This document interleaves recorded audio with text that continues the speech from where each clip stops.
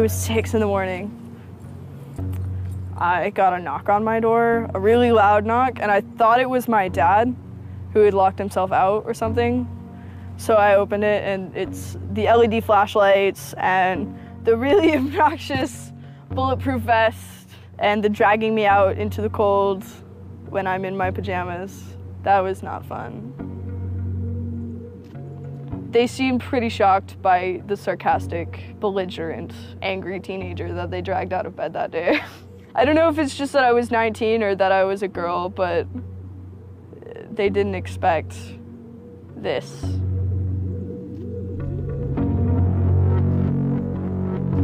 "10,000 angry kids, whoever they are, they scared the shit out of some people those days. They scared the shit out of the powers that be. And that's why this is being investigated. That's why I'm under indictment. That's it. Because between the days of December 6th and December 10th, 10,000 angry people proved to the government that their regulations, their ideas, their view of PayPal, their view of WikiLeaks, their view of the Afghan war and Egypt and Tunisia and Libya, it didn't fucking matter. Their opinion no longer mattered because someone was out on the internet kicking ass. The computer hacker group Anonymous is claiming tonight that it took down the website of the Federal Appeals Court in San Francisco this afternoon. They took down Senate.gov servers, they've taken down HB Gary. Sony's claiming they did $150 million worth of damage. So many confidential files that tonight, because of these hackers, can be in the hands of anyone. Visa, MasterCard, the PayPal situation. The criminals who hacked into Sarah Palin's private email. The Church of Scientology says Anonymous is a cyber terrorist group of religious bigots. Anonymous and this other group called LulzSec. They seem to be wanting to prove a point. Anonymous kind of was like the big, strong, buff kid who had low self-esteem. And then all of a sudden, punched somebody in the face and was like, holy shit, I'm really strong. And Anonymous calls itself the final boss of the internet. And sometimes it proves to be really fucking true. If you are going to violate the freedoms of the internet, you certainly better watch the fuck out. They are kind of the rude boys of activism. There's a real rough edge to them, which I think also is one reason why they garner so much love and hate from people too. They represent a certain sort of chaotic freedom. Individual, young, nameless, faceless folks are having geopolitical impact. I mean, it's both exhilarating to realize that and terrifying to realize that. It kind of depends on how that power is wielded. We are legion. We do not forget. Expect us.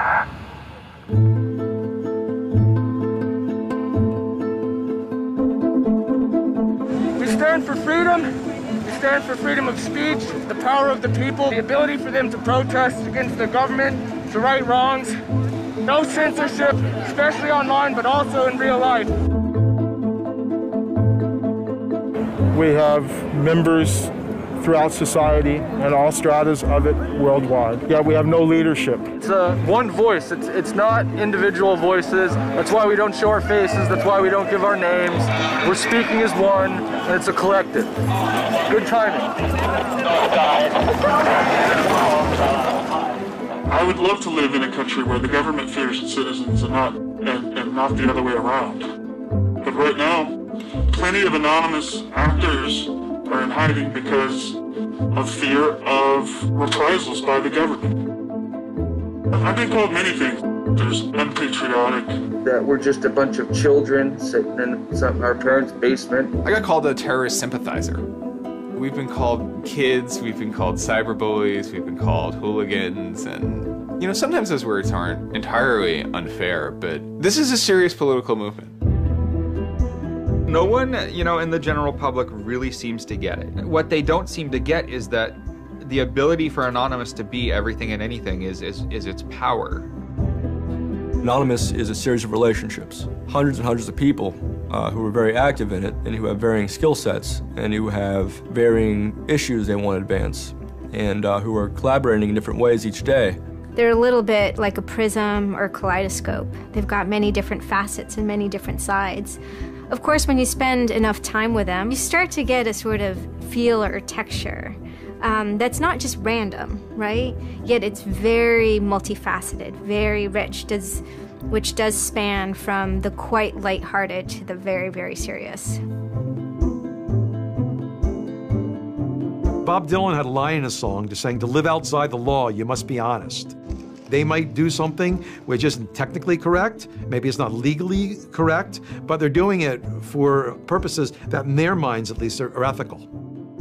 People who know what they're doing, who share an ethos, who have a commitment to exposing and humiliating the man, who have a very low tolerance of lies and what they perceive as evil on the part of overweening power structures. They share information, they share tools and techniques, and they are currently having a very good time.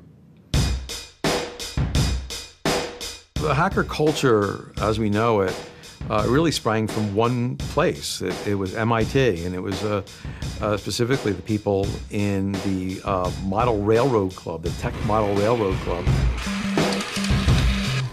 Hacking originated as humorous pranks. When the guys at MIT put a Volkswagen up on top of the dome of the building, and people woke up and saw the car up there in the morning, or they measured a bridge by the body lengths of somebody. I would say his name was Brian, and discovered the bridge over the Charles River was, 822 Brians. These are funny things. That's where hacking originated, and it migrated into engineering and computer communities. It's witty, it's pranks. Basically, Microsoft and Apple both got their entire start off computer crime. Bill Gates stole pretty much all of MS-DOS. Steve, Jobs, he was creating boxes to defraud the phone company, I always saw hacking as implicitly political. But hackers, whether they're conscious about it or not, whether they're explicit about it or not, make a statement about how we should treat information. And some years after my book came out, one of the people I wrote about, Richard Stallman, got very publicly and explicitly political about open software. And he believed that software should be free. Free as in freedom, not free as in beer, as he put it there. Behind it, whether misguided or not, there's a political impulse. Hacktivism was a term coined by a group called Cult of the Dead Cow. The Loft had an interesting relationship with the Cult of the Dead Cow. There was 3 members that were in both organizations. And we kind of kept like the serious security research that they would do under the Loft name. And if they were doing some sort of just goofy stunt-like things, they would do it under the Cult of the Dead Cow name. Because the Cult of the Dead Cow was really kind of sort of like a propaganda type of organization. They had a guy who was the minister of propaganda. They're kind of merry pranksters. Like, everything they did was completely over the top. They would dress up like Mr. T sometimes. They would do rap songs at DEF CON, like a rap performance. One of the guys there, I think his name was T-Fish, short for Tweety Fish, coined the term hacktivism because he saw one of the things his group was doing, which he called hacktivism, was writing software that people in other countries could use to communicate securely, even if their government was spying on them. So the principle was freedom of expression. It was everyone should have access to the internet. Everyone should be able to communicate and get their message out on the internet. Even more important in countries where there was repressive regimes, that if you said something against the regime, they would come and take you away, and you weren't saying it anymore. A good place to start are with what has often been called virtual sit-ins, which use the tactic of a denial-of-service attack. Denial of service has been around for a long, long time. The equivalent of like if you for some reason wanted to disrupt a bus service, right? You can hire 1,000 extras to all go and like line up at the bus station, right, and get on the bus. And so that anyone who was really trying to get on the bus couldn't do it, right? It's as simple as that. When you stop trying to visit, website goes back up, no permanent damage. And this tactic has been used by a number of different groups. Probably the most famous is the Electronic Disturbance Theater. Another really interesting case happened in Germany, where a group of activists got together who wanted to protest the fact that the airline Lufthansa were using their planes to deport immigrants, and they would take down the site. And in fact, eventually the German courts ruled that this was a legitimate form of protest. From airport security to subway bag checks, there's no question it's a new world post 9/11. It's worse now for humans post 9/11 because intrusion and surveillance, which is always going to be misused by those who can misuse it, has created a different kind of society in which freedom to move unobserved is a privilege only of the rich. Privacy is a privilege only of the rich. Hackers see the technology giving them sanction to buy that privileged exclusion as well. Intrinsic to the technology is the power to self-transcend and get out of the hump of the bell curve and move forward to a par with the masters of society and do battle with them on an equal level playing field. That's activism. Anonymous grew out of what's known as 4chan. And essentially, this is just a website where people can upload images and you don't actually give your name. It's just sort of anonymous. When you look at 4chan, you're often surprised because it looks like a site from like 1995 or something. The idea is very simple. You post a comment and you post a picture. And you can post under your name or anonymously. And it's separated into boards about particular topics. So there's a topic on anime, there's a topic on weaponry. There's like a 4chan board for origami, and you just upload interesting pictures of origami.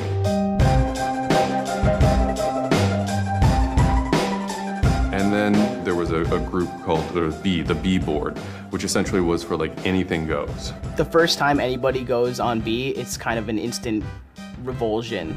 Because there's never a time that you go on there where you don't see something horrible. That instantly puts off a lot of people. The idea is post something that can never be unseen. Half of the posts on B are there specifically to make people not want to come back to B. Have you ever read Lord of the Flies? 4chan, and especially B, is Lord of the Flies. Except some of them aren't 16 anymore, they're just allowed to act 16. It's what you get when people are allowed to express themselves with absolutely no restrictions whatsoever. It's the kind of sum of human imagination when people can get together and think together without any limits or parameters. It's the most vile, disgusting, and funny thing on the internet.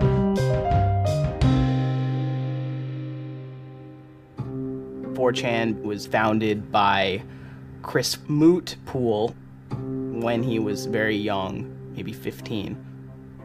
In the early 2000s, he started 4chan because he was a big fan of Japanese animation. Christopher Mootpool is the sweetest kid you've ever met in your life. He's small and he's got these sort of like tiny features, and he runs the most disgusting website in the world. What I think is really intriguing about a community like 4chan is just that it's this open place.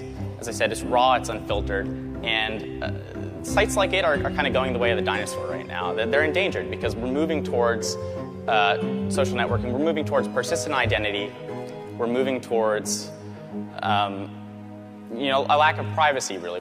The B board, that's the exact opposite of Facebook. Facebook, like, you're supposed to be like who you are, and there's sort of one model, which is that like you're friends with people, right? In 4chan, you're totally anonymous nobody.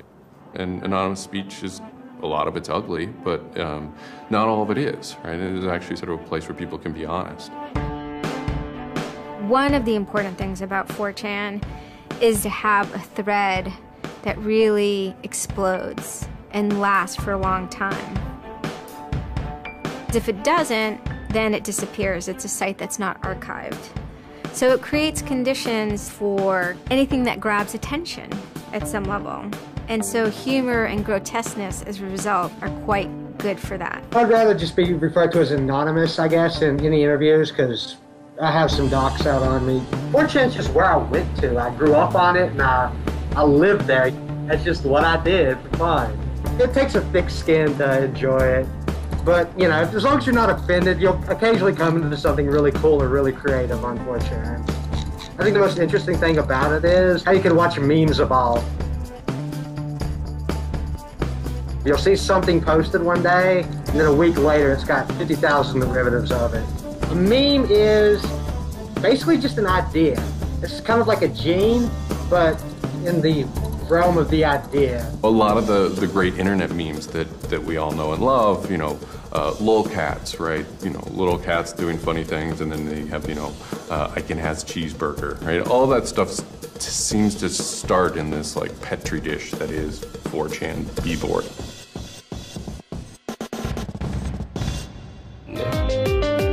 Say it publicly and your insane chocolate rain.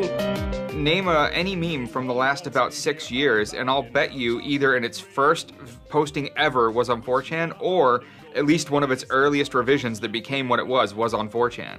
I can see the food situation is so we'll be on our way.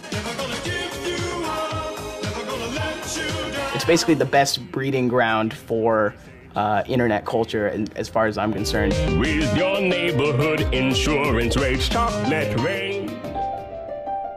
4chan is also very known for acts of trolling. Trolling is a fucking art.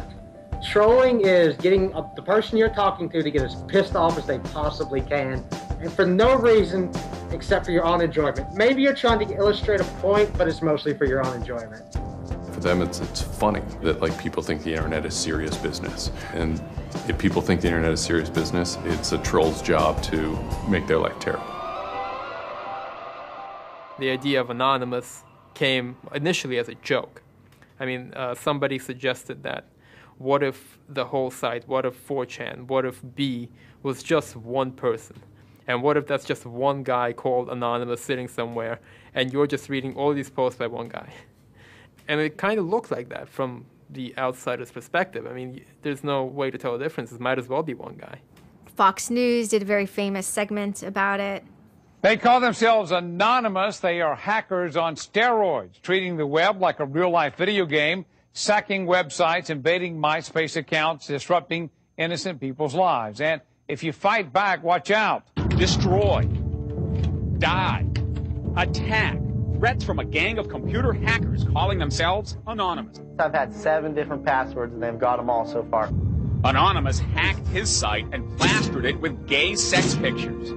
His girlfriend left him. She thought that I was cheating on her with guys. As long as I can think back, Anonymous have done some pretty off-color things in the name of getting cheap laughs, you know. But, I mean, that's part of the culture. They get what they call lulz. Lulz is a corruption of LOL, which stands for laugh out loud. Anonymous gets big lulz from pulling random pranks. For example, messing with online children's games like Habbo Hotel. Habbo Hotel was this online community where you had an avatar and you walked around and talked to other people. It was kind of like an early version of, you know, World of Warcraft or Second Life or any of those virtual worlds. What the people on B did was invade Habbo Hotel, created, you know, thousands of avatars. They all had this one uniform of a black guy with a big afro wearing a black suit. And so there would be thousands of these people, black guys, black suit, you know, huge afro, walking around this world, and they would do things like form a swastika out of themselves. And I think that was a real landmark because it was when they were able to see that, you know, they can use their numbers to do something really interesting and really disruptive. So we blocked the entrance to their pool, and that just pissed them off so fucking much. It was fucking beautiful. That was fucking just wonderful. Wonderful times. Those kids love that pool. They love the shit out of their pool. The goal was actually to offend everyone, simply because the idea that we could offend you by drawing a little shape on the screen was stupid to the people involved in it. They were like, really? You're going to get that mad over us just drawing this on the screen? Wow, well, you need to refocus a little on life because this should not be upsetting you that much. Barrett Brown. I'm the director of Project PM and former operative with Anonymous. We were targeting furries, which were a subculture of people, of course, who, a lot of people on 4chan find irritating by virtue of their being irritating. A furry is someone, generally a male who's autistic in his 20s, who identifies with animals and oftentimes has sexual attraction to other people dressed as animals. There's diaper furs, furs who enjoyed wearing diapers, baby furs who enjoyed thinking themselves as a baby. We had furry infiltrators, people trying, we had secret groups. Mine was called the Illuminati /I/Illuminati, and we were, our goal was to wreak as much havoc as possible because it was stupid. There was a point, when I was, otherwise, seemingly respectable writer, 2007. My first book had come out like that, but I spent my evenings on Second Life, that big, virtual world, riding around in a virtual spaceship with the words "faggery daggery do" written on it, wearing afros and dropping virtual bombs on little villages at concerts and waving giant penises around. And that was the most fun time I've ever had in my life. All these different organizations online, whether it's 4chan or just any website, there's typically a community aspect to it. This is where people have their social relationships. This is where their friends are. This is where they have a creative outlet. And so all those aspects are going into groups like Anonymous, where people feel like they're part of a bigger thing and they're able to express themselves within that group. There were certain words, certain phrases, certain ways people respond to things, certain images that were posted that created a pattern, and that pattern was, I guess, the origin of what is now Anonymous. It's like Freemasons with a sense of humor, in so much as they have this common symbology, and one of their chief joys, which is kind of wrapped up in power and secrecy, was the fact that they could recognize each other by referencing these symbols, referencing these phrases.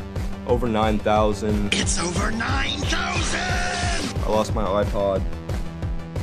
Mudkips, anything involving mudkips. So you have this weird sort of international culture developing with people, across the world, wherever they may be. In late 06 and, into early 07, there's a bit of a sea change where instead of just posting a bunch of content or randomly saying we're going to go over to some website and post a bunch of dirty comments against someone, it becomes a little more organized. Welcome to the Hal Turner Show. They went after a guy named Hal Turner. I am being discriminated against because I'm white. Hal Turner was a neo-Nazi who was, big online and had a podcast. I think that the 14th Amendment was not ratified properly, and I think, therefore, it is still okay to have Negroes as slaves in America. The first time I heard about Hal Turner is he was knocking somebody on 4chan. He was just being a major dick to a relatively known user. And for the fun of it, we started trolling him. And then I guess we kind of figured we had a moral high ground, which allowed us to get people on our side. But he was a fucking neo-Nazi.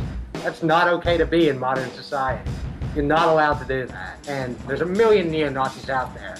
But he started picking on our dudes, so we had to go to our dude's fucking defense. And it just so happened that he was a neo-Nazi, so that's a bigger reason that he's a fucking dick face. I'm like, yeah, screw that racist son of a bitch. Let's do this, So I joined in, and I made some of the phone calls, and, I played around on the chat thing on his website and posted in the threads and whatnot. Who are you? Where are you calling from?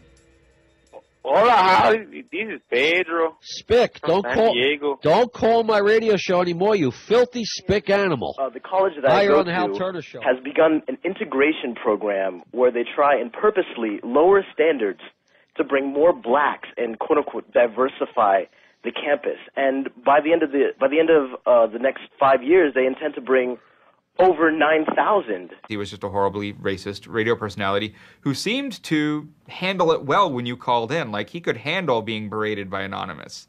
And that made it very interesting. It made it a bit of a challenge. It wasn't some guy who just either crumbled or stopped answering the phone. It was a guy who would yell back. I don't see where you're going with this. Where I'm going is, I believe Barack Obama is genetically incapable of exercising the power necessary to govern the most complicated nation on earth. That's where I'm going with this. And I think part of the reason he's incapable of doing it is because of racial genetic inferiority. Is that clear enough for you? No, you changed the subject again. Wait a second, you asked Hal me... Turner wasn't the first, like, actual person that, Anonymous had caused trouble for, but the circumstances ended up being significant. They DDoS'd his website, stuff like that, costing him thousands of dollars, bandwidth fees. We DDoSed him, which is overflowing his server with packets and fake information. And then we kind of trolled him in real life. We sent countless pizzas to his house. We signed him up for escorts on Craigslist.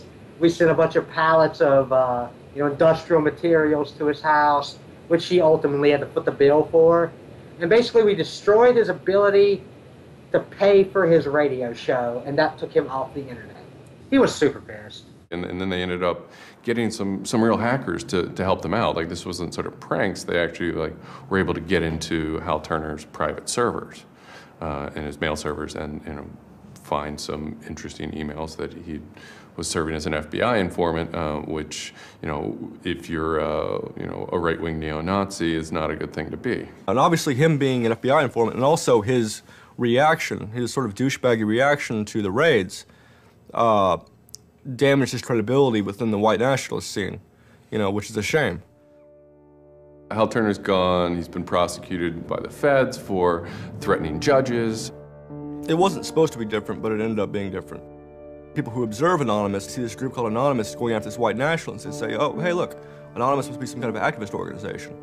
So by virtue of those people joining Anonymous, Anonymous becomes more of an activist organization. What follows is a period of confusion and anger in which the original Anonymous people, the sort who want to keep Anonymous as this nihilist little, ridiculous group, are upset that now, that the most terrible thing on the internet is now becoming a force for good all of a sudden. They decided, in their own words, which I was privy to because it was told to me, stop ruining our bad name. So to make Anonymous look bad, they go off and they post animated GIFs, animated images to epilepsy forums that are black and white just strobing really quickly. So any of the epilepsy people on these support forums see it and they fall off their chairs, in seizure. For the first time you start hearing this term moral fag. If you're not out there making epileptics have seizures, then you're doing it wrong. So you're a moral fag. Which is what I am, a moral fag. Those who want to use Anonymous as, as a tool for good in some sense. Rather than just doing what we used to do, which is distribute video games.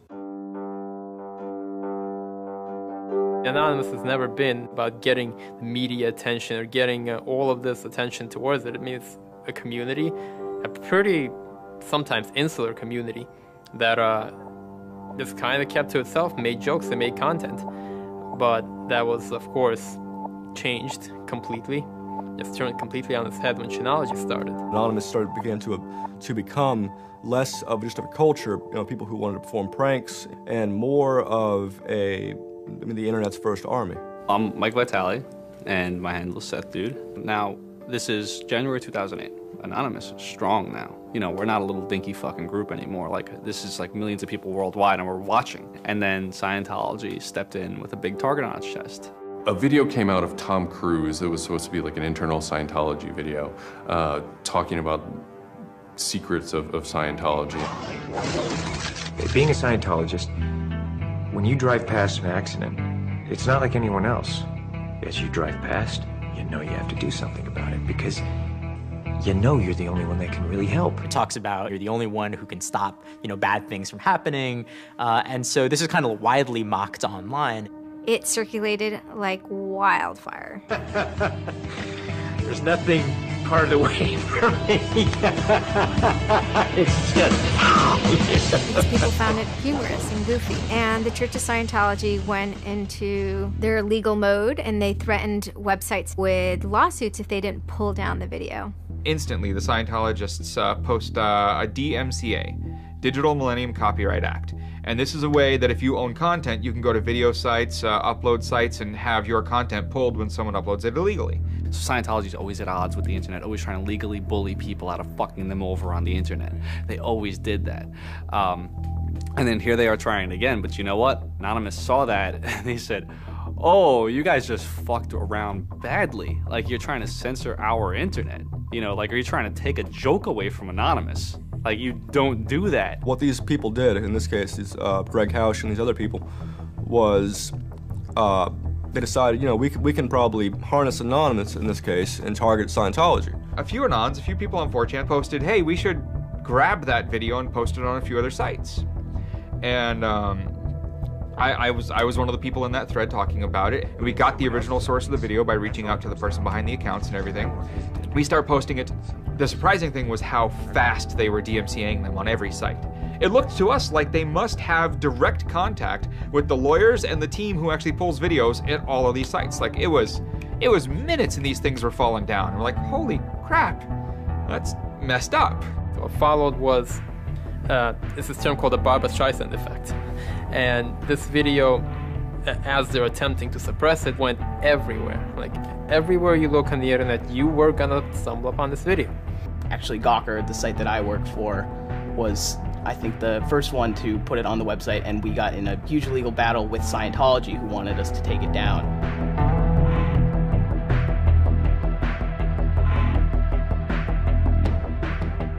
A guy joins the channel, and he says, you should all look at Gawker. So we go over to Gawker, and the strangest thing has happened. This big media company had the video up on their front page and basically had a comment underneath of it that stated very clearly that the FBI would have to come take their servers to get this video taken down, that they were sick of this abuse that was going on. That made us think, what have we gotten ourselves mixed up in here? Scientology is an interesting target because in some ways it's the perfect inversion of what geeks and hackers value. At so many different levels: science fiction, intellectual property, discourses of freedom, science and technology. It's very proprietary, it's closed. And so in some ways, if you had something like a cultural inversion machine and you stuck geeks and hackers in there, you'd get something that looks a lot like Scientology. So it's quite offensive, and there's a real pleasure in attacking your perfect nemesis. We're just such polar opposites, with them being secretive and us hating secrets, and them being so inclusive and us being, anybody could say they're anonymous, and most importantly, how fucking self-important they were. They thought they were fucking untouchable. They thought that they were like, like their own little church mafia and shit, And Anonymous will, it's like a play toy now. We're gonna make you guys look stupid as shit. What really kind of dared us and set us off about Scientology is specifically the treatment of their critics. Anybody who says anything bad about Scientology is automatically some sort of criminal, some sort of crazy person, a drug addict. It's just that kind of mentality, that kind of, like, if anybody says anything bad about you, we're gonna fuck you over in the worst possible way. It resonated like this feeling of disgust within us. That was a big problem. That was the big problem. The censorship aspect of it. The audacity of this cult, this creepy cult, to go into our territory and tell us that we can't post this? No, fuck them. No, it's not gonna happen. And people who knew what Anonymous was to begin with were like, oh my God, Anonymous is gonna go to war with Scientology. This should be really interesting. Especially because it's two weird ass groups. I mean, I've been an Anon for a long fucking time. I know Anonymous is really strange. They're weird, and the stuff we like is weird, and it's really not mainstream at all. Now you have Scientology, also really weird. A lot of crazy shit goes down. Anybody on the outside who's seeing this is going, let's watch these two retards fight. Like, both their pants are gonna fall down, they're gonna triple, and then it's gonna hurt everybody, and it's gonna be hysterical. And what happened was all these people who were geared up, the infrastructure was built to war with other Anons, said, you know what, fuck it. Everybody's gonna get together and pound the fuck out of Scientology. And then that's when 4chan kind of reared into action, really reared into action. And they started to troll the Church of Scientology. And this took the form of pranking the Dianetics hotline, ordering pizzas. Every fax number we get, we're sharing them all. Every number we get, we send black pieces of paper on a loop until we sold their ink. I go to call them on the phone and it's busy, and that's their main fucking Dianetics hotline. Their Dianetics 800 number, you can't get through because Anons have completely fucking clogged it and just probably saying stupid shit. The whole idea was just you call them just to keep them on the phone. What's an Elron? How do I Dianetics my face? They were not expecting that, and they couldn't handle it.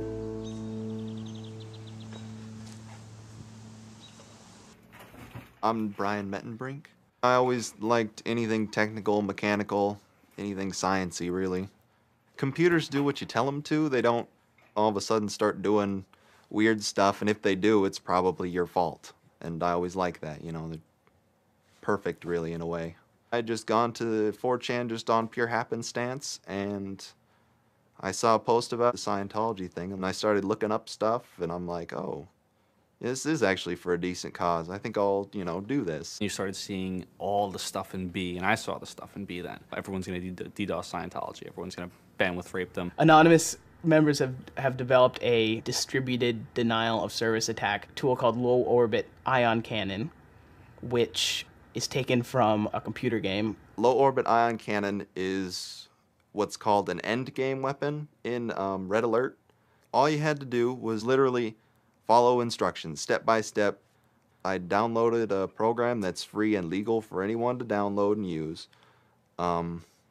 And I followed the instructions, and I typed in www.scientology.org, and I pushed go.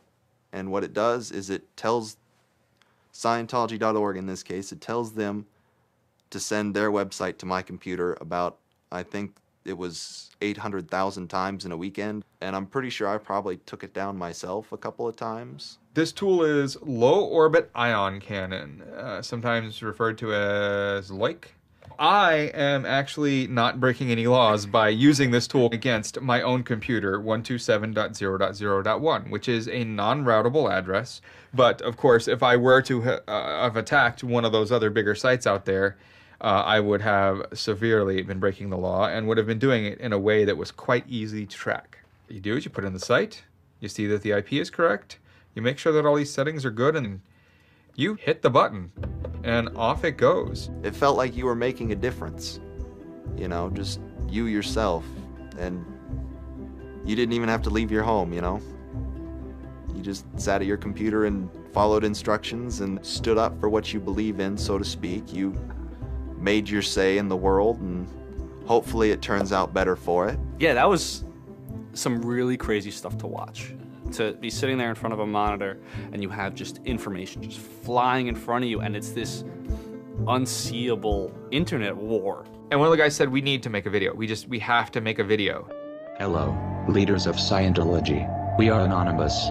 When the video came out on January 21st, that was one of the first times that Anonymous as a culture started referring to itself as Anonymous as a movement, and declared that it was going to take down and destroy the Church of Scientology. That video probably changed everything. Knowledge is free. We are anonymous. We are legion. We do not forgive. We do not forget.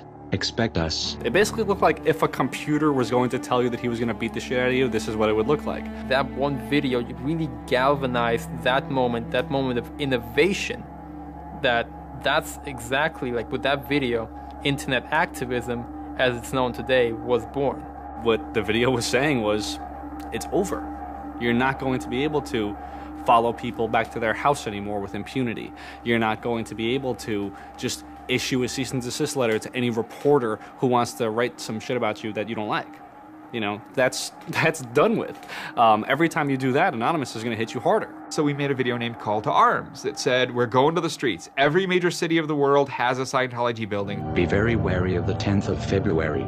Anonymous invites you to join us in an act of solidarity. Anonymous invites you to take up the banner of free speech, of human rights, of family and freedom.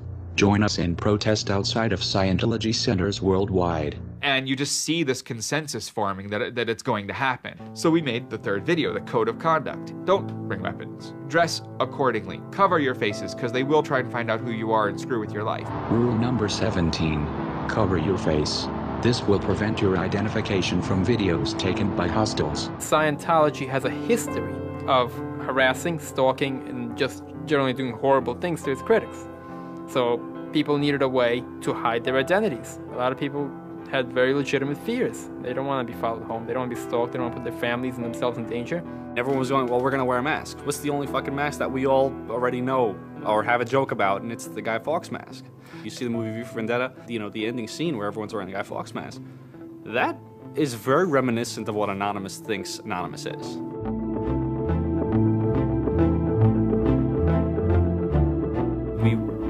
wanted to represent anonymity in some way when it moved into real life. I think that the Guy Fawkes mask was one of the most natural things to happen. It is the idea that none of us are as cruel as all of us. You have this massive crowd of people who are anonymous that is going to fight against a bigger thing and win.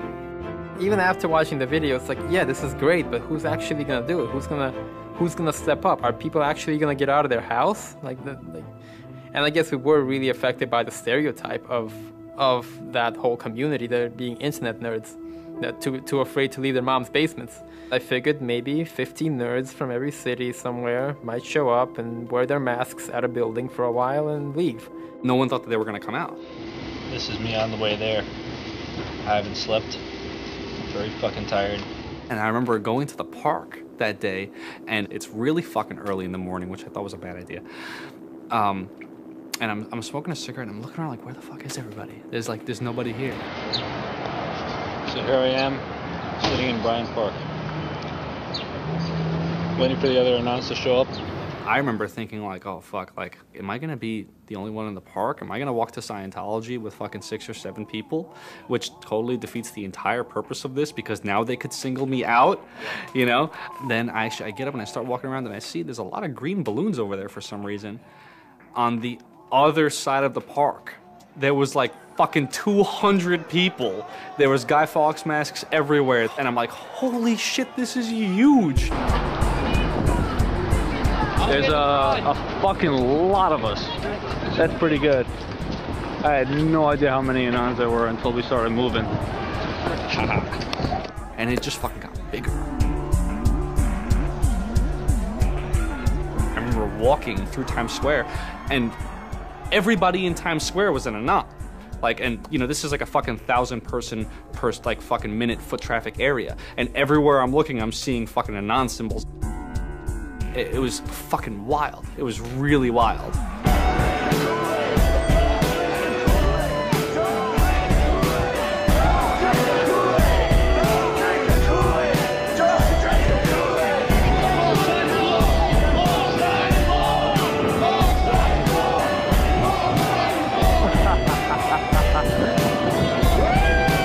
is our fucking race. Hell yeah! So we start getting numbers in. And Sydney. We're thinking that it's going to be 50 people. And before 10 a.m., before even time, there's already 50 people there. And there's still streams of people walking down the street. A couple hours into it, you know, because I didn't go to bed until 1 in the morning, you know, you're looking at Sydney as, wow, there's 250 people in Sydney. The cops are estimating higher than that for their reports. What just happened? Adelaide, Perth, and Melbourne happened. And, you know, over 200 at each of them. We nearly broke 1,000 leaving Australia. Now, the next protest was Tel Aviv, which had actually gotten its first Scientology building a week before this. There were Palestinians and Israelis at this protest, both holding their flags, and at one point they actually switched flags and held up each other's flags and whatnot. It was awesome to see. I call our guy in London, Britanon, and I say, hey, what's going on there? And he's like, did you just get out of bed? I said, yeah, I haven't even turned on the computer. I just figured I'd call you. And he said, we've got 600 people and the cops are really, really mad at me. All the major cities were having hundreds of people come out. It's massive. Clearwater had like 300 people. I don't think anyone beat out LA. I think LA had over 1,000 people. We are Legion! We are Legion! The thing that happened was something completely different, and hundreds of people from every city just swarmed the streets. It was kind of overwhelming, a little even scary, but scary in a good way. Soon, you know, we're at around the 10,000 mark, you know, and we were joking the whole time, over 9,000, you know, one of those memes. It was too surreal. It was not believable. You go by what name? We are Anonymous. It was very empowering, especially after people saw the thousands of people showing up. This was it. We owned the world at that point. You've got lolcats and you've got rickrolling. You've got all these other things that Anonymous has been involved in. Then, you know, take us a month later and, you know, 10,000 people were just in the streets. And in every major country in the world, in every major city in the world. And what the hell just happened? What changed? You know, who flipped the switch? The world looked very different to me at that point. We all met each other. The idea of an Anon is you're fucking alone until you get to 4chan, you know, and then these people all think like you, you know? And all of a sudden, you're not alone. You are with fucking 500 others, you know, they all know the same jokes as you. They all clearly have similar interests as you. Here's your culture. You meet your own people finally.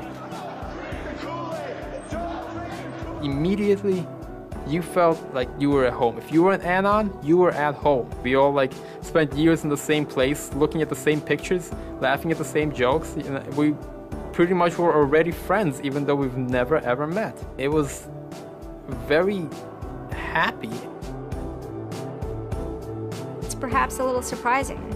It's not just preteens or teenagers. There's a far more even mix of males and females than you would imagine otherwise. Everyone always figured Anonymous was a very male, you know, thing, but it wasn't like that at all, at all. There's some fucking hot girls come through. Like, there's some like really, like, you'd be surprised.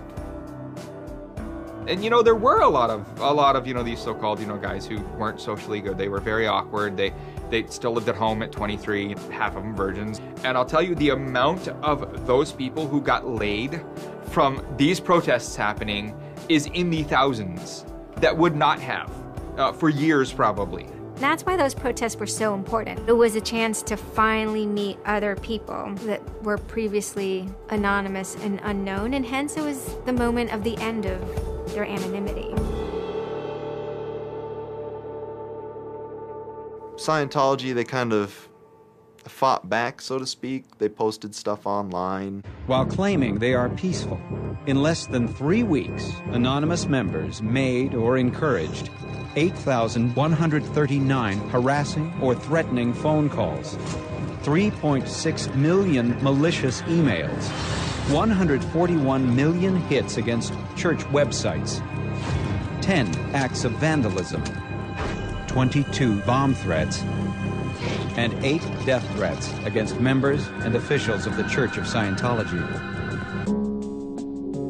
They basically antagonized, really, is what they did, which is really one of the things they're great at. They wanted to find me. They did. They hired PIs. They started taking pictures of us, threatening to sue us. People were getting followed. People were getting followed home. It'd be a regular thing for someone to say, oh, I had to lose someone on the subway. I saw someone from the Scientology Center, and they were following me. They would follow us to our houses, try to intimidate us, send us cease and desist letters. They had a PI hand deliver a cease and desist letter from a very expensive lawyer. It was a double message there. You know, it was a, hey, we know where you live, and we know your name, and here's something from our lawyer. Just these old tactics that they used to fight the activism they faced before the internet just were completely ineffective against Chanology. You know, most of the people who received them actually framed them and put them on their wall. I've seen multiple of them framed and put on the wall. Mine's sitting in my closet somewhere in a box. They don't care to actually use the legal system to get you thrown in jail. They care to use the legal system to get you to stop. I did the whole low orbit ion cannon stuff, and then I pretty much just went about my life after that for probably, I think it's 6 months, and then the FBI showed up here at my parents' house where I wasn't, looking for me. 2 men got out of the car and took Flashed took their jackets off and laid their guns on the front seat, and came up to ask us if Brian was home, and explained that they were the FBI and they were looking for Brian, and I've never been so scared. And then my parents directed them to where I was living, and they showed up and said, I'd like to have a friendly conversation with you, and I had the worst friendly conversation of my life. We sat down at my dining room table, and they just started asking me questions, and I'm trying to figure out what they're here for, because I have no idea. And they eventually started asking me questions about Anonymous. I was scared to death. I mean, my son is looking at 5 years in jail and a $100,000 fine. You know, I had no idea that it was any sort of this big of a crime to do what I did. I thought it was the kind of slap on a wrist, $200 fine type crime. So I actually told them that I did it at that point. Then it went from there. But yeah, I would have never ever believed that the maximum punishment for this was 5 years in prison. It was a very eye-opening experience. I had a little bit of trouble accepting it, knowing that I could go to prison for 5 years. Knowing that I would be in prison from age 20 to 25 for this, you know, I thought that was a little bit extreme. I tell people it would be different if they drank and drove and killed somebody. But he didn't do that.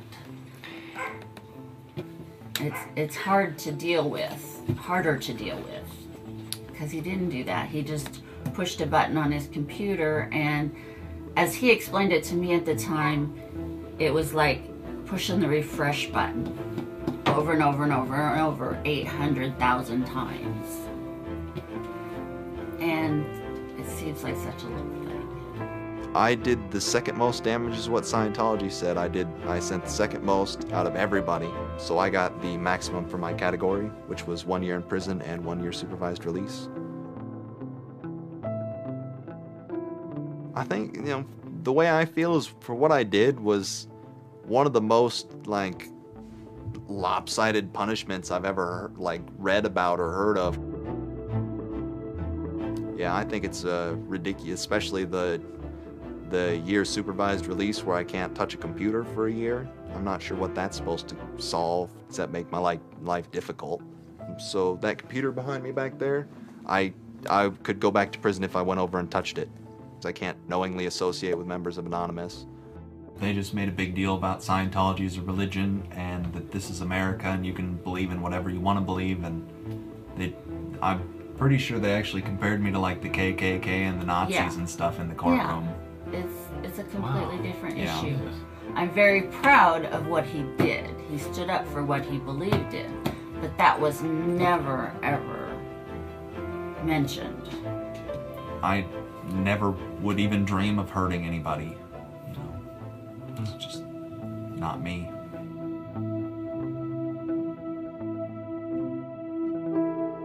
Prior to Anonymous, critics of the church still had to be very, very careful because of the aggressive lawsuits that were launched against academics, journalists, and other critics. I would say that era is over. And Anonymous, more than any other sort of intervention, is probably responsible for that change. This actually caused a little bit, like caused a decent rift in Anonymous, right? So the initial attacks, you know, the sort of initial pushback against Scientology, so most of Anonymous was fine with, like, it was, you know, it was good, it was for the lulz, right? It was just like, let's have some fun. And then there started to be, you know, press releases that had like letterhead and, you know, these long YouTube videos, and then, you know, real world protests. And then there started to be this portion of Anonymous that are like, wait, you guys have become just as earnest as all the people we used to fight against. There was one big group, significant group of people who would say, this Chanology stuff, it's cancer, it's awful, it's bad, it's just bringing attention to us that we don't want. The trolling isn't happening, we're not getting our jollies. Like, now this is all really serious and moral and somber, and like, well, you know, that's not what I signed up for, that kind of thing. And then there are the people who were on the other side who are going, well, I only signed up for the serious and somber. You guys, go away. This is, you know, and, you know, there became this very fierce clash of ideologies, and it was alien to us. One Anon said it well once. There is no leader. Their ops have momentary leaders, de facto leaders. There's days where there's no arguments, and then there's days when everybody's arguing with each other, and it's complete chaos. It's really hard to know how it is that Anonymous comes to a consensus on anything, really. Because you've got Twitter, you've got IRC, you've got 4chan, you've got news groups, and God knows what else. You know, there are circles of influence, and there's a lot of them. I think over the past year, Twitter has really established itself as sort of the battlefront for influence within Anonymous.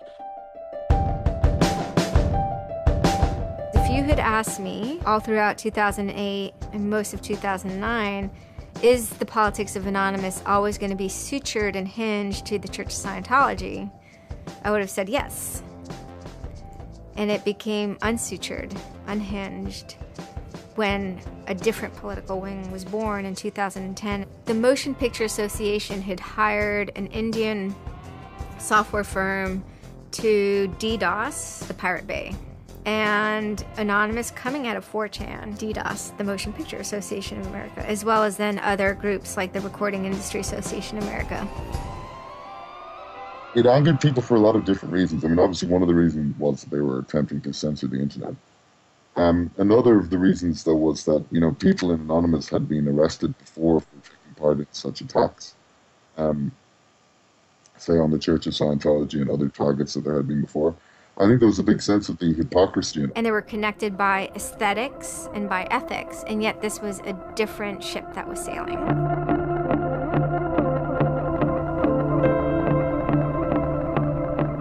It is our task to find secret abusive plans and expose them where they can be opposed before they are implemented. The interesting thing about someone like Assange is that he actually also sprang from, you know, a hacker culture. It's a mentality of spreading information. Julian was Mendax. He was the greatest hacker that ever walked the face of the earth when I was a kid. I mean, they rumored he could move satellites around in space by hacking into NASA. I mean, you know, maybe it never happened, but I mean, it was, you know, it was a myth that kept young kids like me wanting to, like, you know, plug a computer into a modem and see if I can move some satellites around. WikiLeaks is an instantiation of the hacker ethos. Truth wants to be free, and we want to liberate it. WikiLeaks released a huge trove of diplomatic cables. There was a lot of controversy from every quarter of society. The WikiLeaks website released nearly 400,000 secret U.S. files on the Iraq War late today. It was the largest leak of classified U.S. files in history. The diplomatic cables show the U.S. is spying on its allies. Lots of things which were understood in private and may have been not even talked about explicitly. Suddenly they're out there in the cold light of day, and it's going to make some governments and some individuals very uncomfortable. He was showing the world a glimpse of how, you know, the powerful elite actually work. At least to some extent. I mean, these are fairly low-level diplomats sending messages back and forth, but it's a side of government you hardly ever see, and it's pretty eye-opening. And you know, once it's out, it's out. I think information wants to be free, and let's look at it. Let's analyze it. There was one particular moment that really sparked the fire, and this was when PayPal, MasterCard, and Amazon pulled services for WikiLeaks. So all of a sudden there's no way to actually like process donations to WikiLeaks. And then people went and found like neo-Nazi groups. Visa and MasterCard were perfectly fine with you being able to like, you know, PayPal being able to like make donations to them.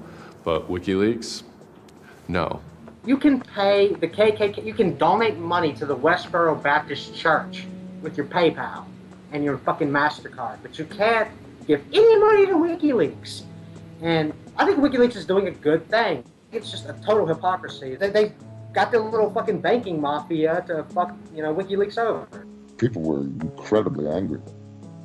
There was a real sense of rage. I think there was a sense that WikiLeaks was exposing the lies that the government had told to the people, and that the government was desperately trying to make sure that those lies weren't exposed.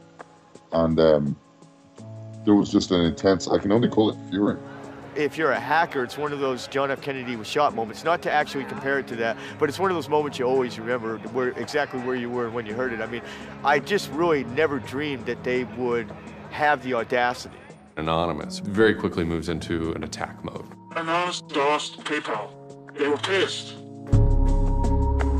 Cyber protests, sit-ins, however you want to look at it. DDoS is a tool that is a big giant, it's like driving a finish nail in with a sledgehammer. The numbers of participants were massive, massive. And they manage over the course of a couple of days to disable the websites of MasterCard and PayPal. It was like watching the hack magician finally get a trick right, because you're not expecting it, and then it's magnificent. It was beautiful. Because what you had is people finally stood up for something. How long has it been since we had a huge, really relevant protest? I'm not talking Tea Party, I want to bring my guns in public. I'm talking 10,000 angry people said this is not right and I want to do something about it. Soon after, January 2nd, I believe, WikiLeaks was blocked in Tunisia. And Anonymous got wind of that. They then intervened, at first solely for the purposes of like stopping the kind of censorship that was happening. They did some DDoSing, and this was a time period where they were getting involved with what I would call non-internet-y social movements and building lines of solidarity. My name's Pete Fine. You can call me an internaut or a hacktivist. Telecomics is an ad hoc cluster of volunteer net activists who have spent much of the last year trying to keep the internet running in the Middle East. During that time, we saw the Tunisian government not only censoring and filtering the internet, but also doing some kind of technical trickery to steal people's Facebook passwords and delete their posts and see who was posting what, and, you know, fake posts, stuff like that. Some Tunisian hackers came to us. They were members of Anonymous, and I didn't even know we had members of Anonymous in Tunisia, so it was a shock to me.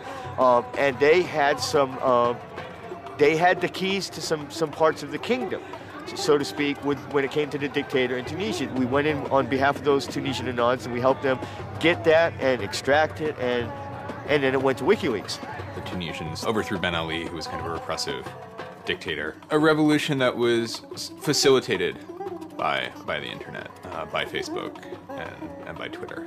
Not caused by it. I mean, 50 years of dictatorship has caused the Arab Spring. But the internet has certainly been helping. The same group of hackers that target anti-WikiLeaks sites have now turned their attention to Egypt. The Egyptian government has revealed itself to be criminal and has made itself an enemy of Anonymous. In kind of the lead up to the Egyptian revolution, we would tweet on people's behalf. We would get people from Egypt who were unable to access Twitter on their own on our IRC network, and we would take reports from them and tweet them out using our account to kind of help them get the word out about what they were experiencing. Some of this shit is personal. And one of the things about the movement as a whole, when Egypt rolled around, is that Egypt broke us emotionally. Watching in real time with live feeds that we helped set up, Egyptians get massacred with machine guns. It was different, and I have never in cyber activism wept before. It's never bothered me like that. It's never been able to touch me the way Egypt touched me. It was fucked up that we were watching people killed for no reason other than leaving their homes, that these people had every right to freedom, that they had every right to choose their government. And then January 27th, January 28th rolls around, and the Egyptian government starts shutting down the internet. I mean, just for the whole country. The whole country. There's this fantastic traffic graph that you can see the traffic coming out of Egypt, and it looks like, you know, like this. Just totally stops. And we were just shocked. I mean, we were just like, what the fuck? Like, what the fuck? To think that a country would completely cut itself off as much as it was able to from the outside world was pretty unthinkable. You know, we know bad things go on in the dark places. That's the kind of thing that could start riots. I think when Mubarak did what he did, I think it really upset people here as well as in the Middle East. I put myself in their place, and I found myself in a desert of nothingness because he just wiped out everything that my world incorporated. that just showed me and everybody else that the same thing can happen at any time, at anywhere, in any government. Anonymous and the people on the internet stood up and said, go fuck yourself. You want to shut down their internet? Fine. The people on the internet will show them how to turn it back on. It's almost like the internet as an actual thing. It's like the internet is a living thing. It's like a conscious thing that gets up and says, no, you can't do that. A lot of my friends helped with encryption, helped people on the ground in those countries validate SSL keys and certificates, and really showed them how to subvert their government and become free. In Egypt, the care package we put together included some kind of our comms information, the ham radio and dial modem details. In total, we helped coordinate and run about 500 dial-up modem lines. We also Googled up treatments for tear gas and other kind of basic medical treatment and found folks who could translate that into Arabic. Sort of put this together in a nice one-page PDF and fax, and off it goes. I think the most effective thing was shutting down government websites. Okay, they're going to take the people's communication away from them. We'll take their communication. They can't get their messages out on their websites. We're taking your dictator's web pages down. It is cyber warfare at that point. When you're dealing with a dictator like that that's killing people, all the gloves are off. We are going to not just take your websites offline, we are going to destroy your every communications. We are going to wreck you like a nation state would wreck you. In Cairo, Egypt, the crowds are shouting and screaming.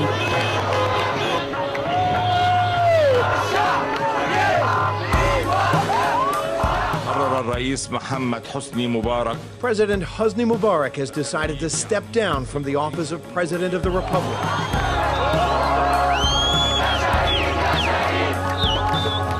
When Mubarak left, it was a hell yeah moment. People can rise up, people can make a change. And I think for a lot of people in America, it was the first time they had seen people rise up and take down their government and say, we're sick of this shit. We're sick of the oppression. We're sick of living as slaves to your power. We had Egyptians come thank us as we're doing this stuff, and I said to them, like, look, you guys just get our back if stuff goes down here.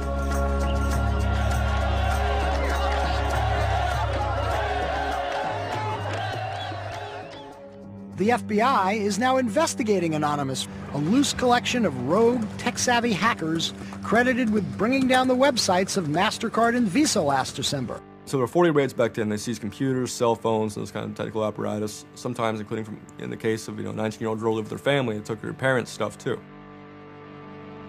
There's always been a sort of cat and mouse dynamic, not just in relation to the feds, but also to these sort of groups that have appointed themselves as guardians of the Republic, and there's groups called like Backtrace Security, which is made up of a couple of deranged people who, I think for personal reasons, have grievances against Anonymous. Parallax and Backtrace like to stalk people. They're a bunch of cyber stalkers. They stalk, my friends of mine online, and it's pointless. But what do they hope to achieve out of it? I've been threatened by people who are former Secret Service agents who now run private security companies. Suddenly, on February 5th, a Financial Times article comes out that we all see. And it's quoting this guy named Aaron Barr, who's the CEO of HP Gary Federal, which is an intelligence contractor. And Aaron Barr is telling his Financial Times journalist, Joseph Min, that he's been secretly monitoring the AnonOps server where all this is going on, and has done so for several weeks, and using his own custom brand of information operations techniques, has managed to identify the alleged leadership of Anonymous, including 25, quote, lieutenants, unquote, some sort. We have to see this document. Everyone wants to know. We don't need to destroy him. We don't need to destroy his company. We just need to see the document, and we'll decide what comes next after looking at the document. So they get it. It was unbelievably easy to get into that network. And my name was on there as a screen name, and Greg Hausch was listed there by a screen name. The fact of the matter is, what he told Financial Times was everything he told them was demonstrably untrue, and very much hilariously so. He had to be shut up. It had to be proven to the world that this guy was a retard and that his information was in no way valid. Now, to put that in hacker terms, Anonymous is a hornet's nest. And Barr said, I'm going to stick my penis in that thing.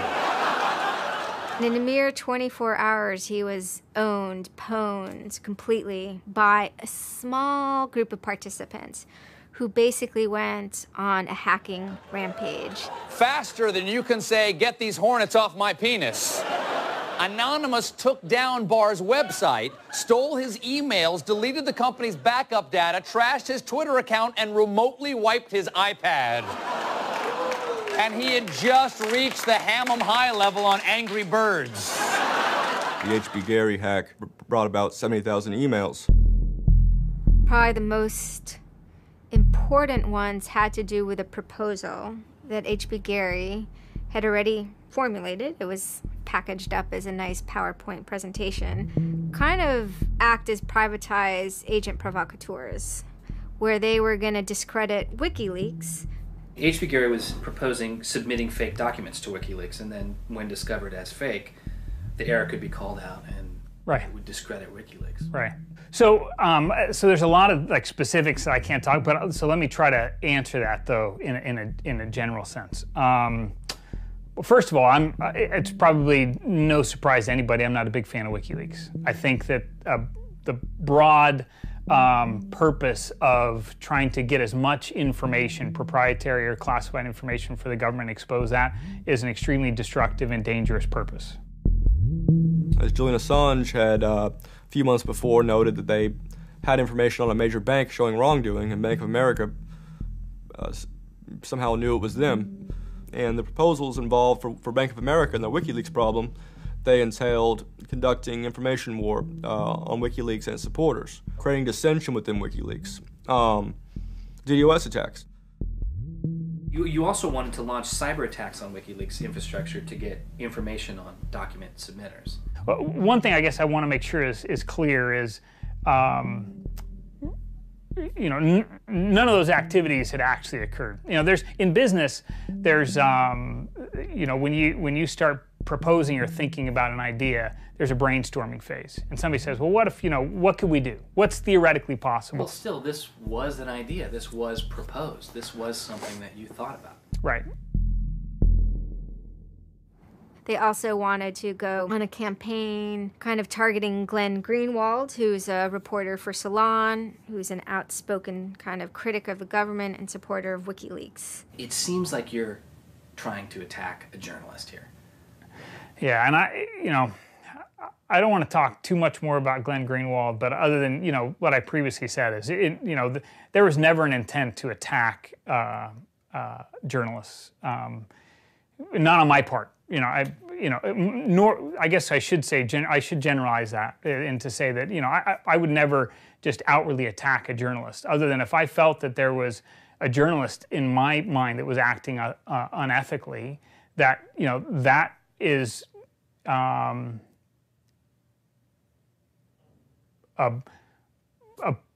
that's a fair game for having a public discussion about.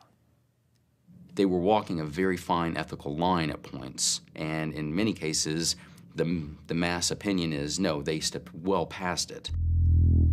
I will not support broad theft of information released to the public, because that's nothing but destructive. If somebody has information that's been stolen from them, and you know, whether or not, you know, WikiLeaks encouraged the theft of that, or whether or not it was just put in their lap, still, they're threatening to release the information that is the private property of another organization. So your choices are to just allow that to happen or to try to stop it. How offensive is too offensive? You know, we've certainly seen a lot of strategy coming out of governments across the world now saying, you know, publicly admitting that they need to develop better offensive strategies in cybersecurity, because defense as a whole isn't enough. It never is enough. Some of the most important things that have been have had the most far-reaching influence and have been the most important in terms of what's been discovered, not just by Anonymous, but by the media in the aftermath, is a result of hacking. That information can't be obtained by the traditional journalistic process, or it can't be obtained or won't be obtained by a congressional committee or a federal oversight committee. For the most part, that information has to be, obtained by hackers. After this had happened, although only a small number of people had participated, the collective mood was exuberance within Anonymous. It was a kind of moment of the lulls being recharged, which people were excited about because people felt like the lulls had been running low during the Middle Eastern protests. And so it was a moment of great triumphalism within Anonymous. Anonymous is currently targeting Sony's website. We are doing this because Sony is currently suing people for making features the PlayStation originally had available to the public. It started off as a denial of service attacks, but then someone really broke into the PlayStation network and stole all the user accounts and all the credit card information. Sony has confirmed that hackers broke into its PlayStation network, exposing the personal information of up to 77 million users worldwide. Anonymous basically bent Sony over and had their way with them, and the consumers were the ones that also got hurt in the process. 2 months of people not being able to use the PlayStations, that actually had real hardcore end-user impact. If they break into a site and they pull back customer information, do they really need to disclose 100,000 customers? No. What they're doing could be done a lot better. When I say better, I mean better for the end user, for the customers, while still making a point. And then, kind of seemingly out of the blue, there was something by the name LulzSec that sailed into the seas. Well, LulzSec, it's sort of a group of a couple people, mostly from Anonymous, who, in large part, were the same people who hacked HP Gary. And they decided to form this little group and just carry on operations sort of outside of the purview of Anonymous for a while. They hacked whatever they wanted, they released whatever they wanted. It's almost like they had no rules. They just said, this is what we're going to do. We're going to stir up the cart. We're going to get some trouble. We're going to make some waves. And they did. What they did was they put on a play. Not high arts, not lowbrow either. It wasn't particularly, let's just say, grotesque.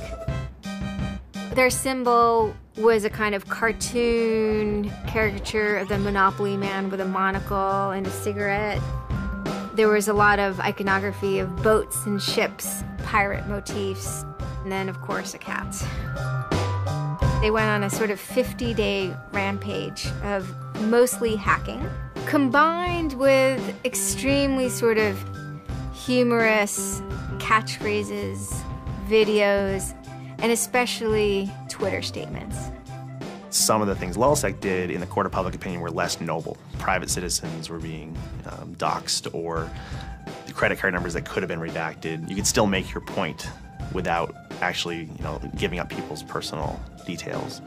So the court of public opinion swayed that LulzSec had crossed lines that maybe the previous manifestation had not. Collateral damage such as the release of docs and people's personal information who are just caught in the crossfire, really, of an anonymous confrontation is something that a lot of anons don't really support. There was a lot of, infighting about it because their way, wasn't really our way. We will not attack the media. PBS's Frontline runs a documentary on mainly focused on Bradley Manning, the alleged leaker to WikiLeaks. And for a lot of Bradley Manning supporters didn't like it. They felt it was a little too psychologizing, right? It was like looking a little bit more like his personal life than like why it is he leaked the documents and what the documents actually meant. LulzSec said, no, we weren't really fans of PBS's documentary, so we're just going to take a wander over to their servers. And so they did. They hacked a website putting a story that Tupac and Biggie had kind of escaped the world of celebrity fame and attention and retired quietly and discreetly in New Zealand. Also, when they attacked PBS, you know, that gave me the creeps, you know. As a journalist, I'm not too thrilled with the idea of someone judging that we don't like you to write that. We don't like your reporting, so we're gonna shut down your website. I'm uncomfortable with that. It could be me, and I could be writing something about a group that they didn't like. And, you know, hey, I'm happy to sit and talk with them about it, but you know, don't shut my website down. This is obviously about freedom of speech, so attacking the press would be would sort of be a bit of a contradiction. So people always said, well, we shouldn't do that. And obviously LulzSec had a completely different agenda, so they had no problem doing it. You sort of saw themselves as going out there, breaking into like anything, everything, governments, corporations, police departments, largely for the same reasons Anonymous would. You know, they went after Arizona for immigration policy, 50-day run, causing mayhem, havoc, and then, you know, ended it. The computer hacking group, Lulz Security, has announced it's disbanding, saying it had achieved its mission to disrupt government and corporate organizations for fun. I call this whole thing the rise of the chaotic actor. It's not like the first time we've had hacktivism, but we're definitely seeing like a renaissance in it. And chaotic could be chaotic good, neutral, or evil. You know, if you go back to the old Dungeons and Dragons charts. And some people see Anon-Ops initially, let's stick with Anonymous, as chaotic good. They saw Operation Payback, or they saw attacking Scientology, and they say that's good. It's like Robin Hood, right? Chaotic good, outside the system, but doing something good. Other people saw Anon as chaotic evil, like the Joker. They just want to see the world burn and doing potentially irreparable damage. And the truth is, yes, it's the entire column of chaotic.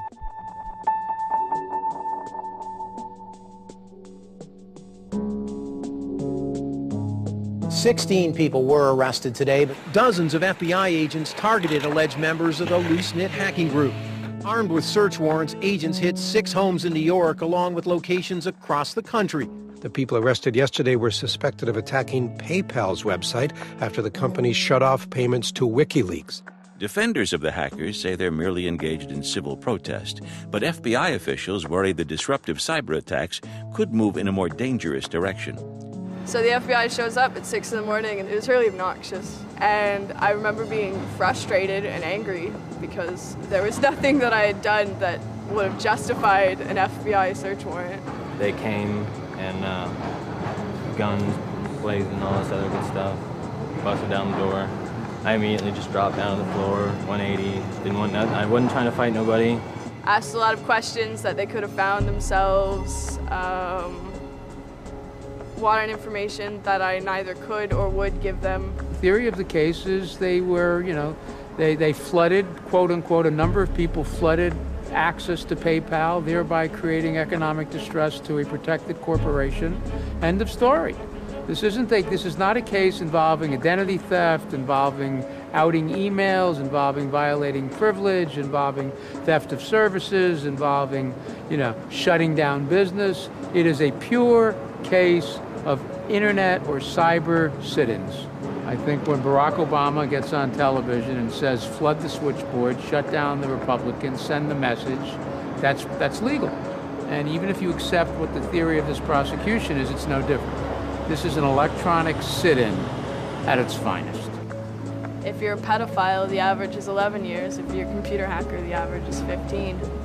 And I think that's ridiculous. So, yeah. I mean, no, that's ridiculous. I mean, you can go molest children and get less of a sentence than you would for breaking into someone's phone. Even if you accept what the government is saying is true, what is important is that people are participating in the process. It is very much the process. It is sitting in an encounter in Selma, Alabama, 500 Freedom Riders refusing to allow people to go and sit in at a segregated lunch counter. They write books about that stuff. It is demonstrating at a street corner saying no to a war. It's just a different, it's just a different vehicle. It's the same results. For 9 months I ran from my indictment. But they busted me. I went to jail. I bonded out. And then I held a news conference, you know, because as risky as that was and against my lawyer's advice, I wanted the world to know some fucking things about what's going on. I didn't want the feds to have the only voice in the dialogue. This document alleges that I am the notorious hacker activist known to the world as Commander X. I am Commander X. The indictment further alleges that I am in association with the global internet freedom movement known as Anonymous. And I say yes, I am immensely proud, humbled to the core, to be a part of the idea called Anonymous. You know, I would never compare myself to people like Gandhi or Dr. Martin Luther King, but they were one person, and they were willing to go out and change the world. And their messages live on every day, through everybody. And to not take the chance of having something like that to do is foolish. I only wish we had 50 million Mercedes. I feel a lot more comfortable as a guy getting towards the tail end of his career if there were more Mercedes. There's always going to be legal consequence when you decide to break the law. That comes with the territory. And it would be naive not to expect that. The question is whether the punishment will be proportional to the crime. And I suspect it might not be. People will be watching very closely to see how these cases proceed, on what grounds, and whether there's any room during the trials to think, especially of the denial of service attacks, as a legitimate form of protest. So much of our lives are now configured, at least in part, on the internet, so we better start thinking about how we claim parts of the internet as spaces that we can also protest in. This is the point in history at which you decide whether or not protesting is possible online. You can stand up and you can say freedom of speech extends to online.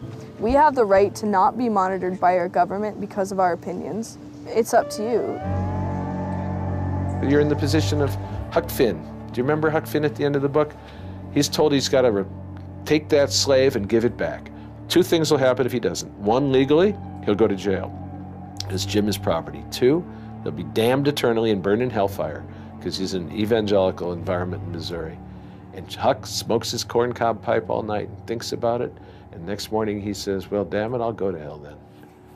In other words, he discovered that in order to be an expert at ethics, you had to transcend the legal and sanctioned religious appropriate truths of the day in order to access the meta-truth of both legality and righteousness. Well, hackers see themselves as Huck putting down that corncob pipe and saying, all right, I'll go to jail. All right, I'll go to hell, but I'm going to do the right thing. If I eventually get arrested, it doesn't matter to me because I've discussed this with my wife, you know, and I think it's for the greater good. I suppose the question you really want to ask is, would I do it again? And honestly, after thinking about it, I felt that I did what was right. I had a belief, I still do, that what I did was the right thing, and hopefully someone got some good out of it. You know, I'd love to think that maybe I stopped someone from joining a cult, you know. Probably wouldn't tell on myself next time, but you know, I don't think I would have changed a single thing other than the whole talking to the FBI thing. Yeah, just the little detail that kind of changed everything, yeah. I'm angry. Occasionally I have small breakdown moments of terror, but I haven't stopped believing what I believed. I haven't stopped wanting to fight. I haven't stopped caring. Show me what democracy looks like! Show me what democracy looks like!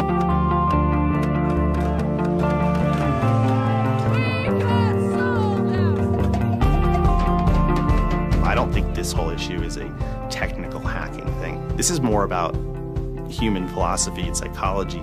What's motivating us? Why is there so much unrest or disenfranchisement or anger that would lead people to want to take matters in their own hands and join these? Whether you think it's bad or not is irrelevant. It's not going away.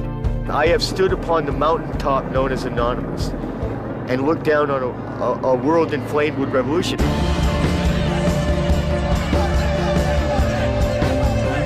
What more can you say? Your spine tingles when you're at the cusp of history. When you're surfing, the waves of history, your spine tingles. There's a lot of people in Anonymous who feel very deeply and very sincerely about their contribution towards democracy around the world. And I think that's one of the main things that I'm most proud of about Anonymous. There are things that I'm not proud of about Anonymous, but we stand against censorship and we stand against oppressive governments, even our own. It's a very noble thing. Anonymous is an evolving thing. It's like a phoenix. It might occasionally catch fire and burn to the ground, but it'll be reborn from ashes. It'll be reborn stronger. For the most part, I still believe that what Anonymous has done, particularly in the last year or so, has been a massive net positive. It's the one thing I've ever been involved in that I think has really actually achieved real results.